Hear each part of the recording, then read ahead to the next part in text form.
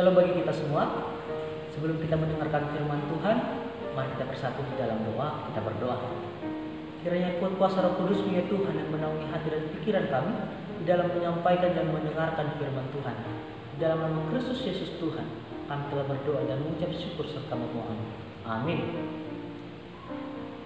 Ayat renungan kita pada hari ini diambil dari Roma pasalnya yang ke-10 ayat 9. Kami bacakan dari depan ini. Sebab jika kamu mengaku dengan mulutmu bahwa Yesus adalah Tuhan dan percaya dalam hatimu bahwa Allah telah membangkitkan Dia dari antara orang mati, maka kamu akan diselamatkan. Sekali lagi kami baca. Sebab jika kamu mengaku dengan mulutmu bahwa Yesus adalah Tuhan dan percaya dalam hatimu bahwa Allah telah membangkitkan Dia dari antara orang mati, maka kamu akan diselamatkan. Saudara-saudara yang terkasih di dalam firman Tuhan, pasal ini kitab Roma diarahkan kepada jemaat yang berada di Roma yang dituliskan oleh Paulus supaya mereka mendapatkan pengertian yang benar tentang firman Tuhan. Karena pada saat itu mereka menganggap diri mereka sudah benar tanpa mengetahui kebenaran yang pasti yang datangnya hanya daripada Tuhan. Rasul Paulus di dalam suratnya pada pasal ini ingin menyampaikan keinginan hatinya, ingin menyampaikan kerinduan hatinya supaya jemaat Tuhan yang ada di Roma mengerti betul tentang kebenaran yang sesungguhnya, yang pasti dan yang datangnya daripada Tuhan. Firman Tuhan pada hari ini sebagai renungan kita memiliki suatu hal yang mendorong kita untuk mengerti pemaknaan hidup ini. Pertama, kita akan mengetahui bagaimana sebenarnya makna daripada pengakuan dan percaya. Pada ayat 9, saudara-saudara, kita bisa melihat bahwa ada dituliskan tentang kata mengaku. Tetapi, kalau kita mengarahkan ini kepada keimanan, apakah sebenarnya mengaku saja atau percaya yang lebih besar? Firman Tuhan pada hari ini ingin menegaskan kepada kita bahwa mengaku tanpa adanya kepercayaan di dalam hati yang berunsur tentang iman itu tidak ada gunanya. Tanpa adanya dorongan iman, tanpa adanya kerinduan iman untuk mengakukan diri bahwa kita percaya, itu adalah sesungguhnya. Bukan hanya berkuar-kuar di mulut, bukan hanya ingin menyampaikan aku Kristen, aku percaya kepada Tuhan, tanpa adanya keimanan yang dijalankan dengan sungguh-sungguh. Saudara-saudara yang terkasih, banyak orang mengaku bahwa dirinya Kristen. Banyak orang, khususnya pemuda, yang mengaku dirinya adalah pengikut Kristus, tetapi itu tidak nampak dari dirinya. Orang tidak bisa melihat bahwa Kristus itu hidup di dalam dirinya. Tetapi pada saat ini, firman Tuhan sebagai renungan kita ingin mengembalikan diri kita, ingin merefleksikan diri kita. Apakah kita telah berjalan sesuai dengan pengakuan atau hanya sebagai status tentang keagamaan yang kita ada? Saudara-saudara yang terkasih, ketika kita membahas tentang Kristus, ketika kita membahas tentang kepercayaan kepada Yesus yang adalah Tuhan kita harus bertolak belakang. Kita harus melihat kembali tentang kematian dan kebangkitannya. Kita percaya Yesus melalui kematian dan kebangkitannya, bukan hanya melalui mukjizat-mukjizat yang Dia buat sehingga kita percaya kepadanya. Bukan sesungguhnya seperti itu, tetapi melalui kematian yang ditunjukkan oleh Yesus dan kebangkitannya dan mengakukan dirinya, kita bisa lihat bahwa Dia bukan hanya manusia biasa, tetapi Tuhan dan Juru Selamat melalui kematian yang Ia serahkan hanya untuk menyelamatkan dosa-dosa kita. Banyak orang yang menganggap bahwa Yesus itu adalah seorang nabi. Banyak orang yang menganggap bahwa Yesus itu adalah orang yang berperan aktif di dalam munculnya kekristenan. Tetapi pada saat ini, firman Tuhan ingin menegaskan kepada kita khususnya pemuda bahwa Yesus bukan hanya nabi, bahwa Yesus bukan hanya guru, tapi Yesus adalah Tuhan dan Juru Selamat kita. Saudara-saudara yang terkasih, ketika kita membahas tentang pengikutan, kita pasti bisa mengarahkannya kepada buah daripada pengikutan itu. Seseorang mengikuti Tuhannya pasti ada yang ia tuju. Seseorang bekerja untuk Tuhannya pasti ada yang ia harapkan. Begitu juga dengan kita pada saat ini. Firman Tuhan ingin menunjukkan kepada kita buah daripada pengikutan itu. Firman Tuhan pada saat ini sebagai renungan kita ingin menunjukkan kepada kita apa sebenarnya hasil yang kita dapatkan ketika kita mengikuti Yesus, ketika kita mempercayakan diri kita, mengaku melalui mulut kita bahwa Dia adalah Tuhan dan Juru Selamat kita. Apa itu? Kita bisa melihat ayat renungan kita pada saat ini, bahwa Ia mengatakan akan ada keselamatan.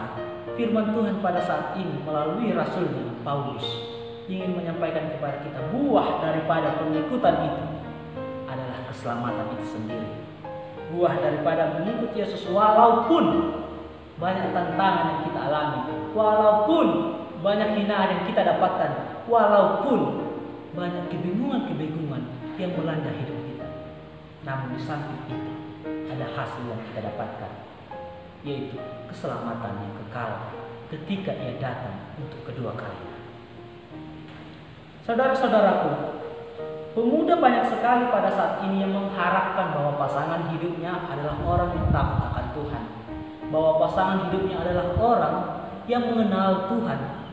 Ia mengharapkan bahwa pasangan hidupnya adalah orang yang menjadi anak-anak Tuhan, yang aktif dalam pelayanan dan yang aktif di dalam pengenalan akan firman Tuhan. Itu bukanlah salah, itu bukanlah sesuatu yang lumrah ataupun sesuatu yang kita anggap adalah kemunafikan. Tetapi yang menjadi persoalannya adalah ketika kita mengharapkan apa yang kita harapkan itu, terlebih dahulu kita lakukan apa yang seharusnya kita lakukan, yaitu menjadi anak-anak Tuhan terlebih dahulu, menjadi anak-anak Tuhan yang mengenal Dia lebih baik daripada orang lain, menjadi anak-anak Tuhan yang taat dan setia di dalam pengenalan firman Tuhan. Sehingga untuk mendapatkan hasil, untuk mendapatkan pengharapan kita itu menjadi pasangan orang yang takut akan Tuhan, itu tidak menjadi masalah. Tetapi yang menjadi masalah, hidup kita kotor, hidup kita jauh daripada Tuhan, hidup kita penuh dengan kemunafikan, hidup kita penuh dengan keduniawian. Tetapi kita mengharapkan bahwa pasangan hidup kita itu mengenal Tuhan dengan baik. Jangan sampai seperti itu. Tetapi jadilah seorang pemuda, jadilah seorang yang muda yang takut akan firman Tuhan terlebih dahulu, sehingga orang bisa melihat engkau cocok menjadi pasanganku, engkau cocok menjadi imamku, engkau cocok menjadi ibu dari anak-anak. Itulah yang diharapkan di dalam hubungan, itulah yang diharapkan dalam terjalinnya suatu perasaan yang satu dengan yang lain. Banyak orang ketika masa mudanya ia memiliki pasangan yang berbeda dengan imannya. Banyak orang yang menganggap bahwa dirinya sudah dekat dengan Tuhan, yang menganggap dirinya sudah aktif di dalam kegerejawian, yang menganggap bahwa dirinya sudah mengenal firman Tuhan sangat dalam, sehingga ia memberanikan dirinya untuk mendapatkan, untuk menjadikan orang lain di luar imannya untuk menjadi pasangannya. Itu tidak menjadi masalah. Tetapi yang menjadi masalah adalah ketika engkau berani-beraninya menjadikan orang lain menjadi pasanganmu dan mempatrikan di dalam pikiranmu, aku akan membawa dia ke dalam imanku. Itu yang menjadi masalah, karena iman kita belum kuat, karena kekokohan tembok kita belum kuat, sehingga tantangan itu ketika hadir kita bisa tergoncang-gancing, kita bisa diombang-ambingkan, bahkan lari daripada iman kita. Firman Tuhan menegaskan, saudara-saudara, ambillah yang menjadi bagianmu, ambillah yang menjadi imanmu. Firman Tuhan menegaskan kepada kita, jadikan pasanganmu menjadi pasangan yang takut akan Tuhan, yang seiman dengan engkau. Firman Tuhan juga menegaskan seperti itu, sehingga kita menjadi seorang yang muda harus hidup sesuai dengan tuntunan kasih Tuhan. Saudara-saudara yang terkasih, sebelum kita menutup renungan pada hari ini, kami ingin membawa kita kepada suatu pemaknaan tentang pengakuan tadi, tentang kepercayaan tadi, bahwa ketika kita menjadikan hidup kita takut akan Tuhan, itu harus tampak di dalam diri kita. Ketika kita mengaku bahwa Yesus adalah Tuhan, mari kita tunjukkan bahwa kita adalah orang yang melayani Dia, yang menjadikan Dia sebagai bagian dari hidup kita, sehingga orang lain bisa melihat Tuhan ada pada kita.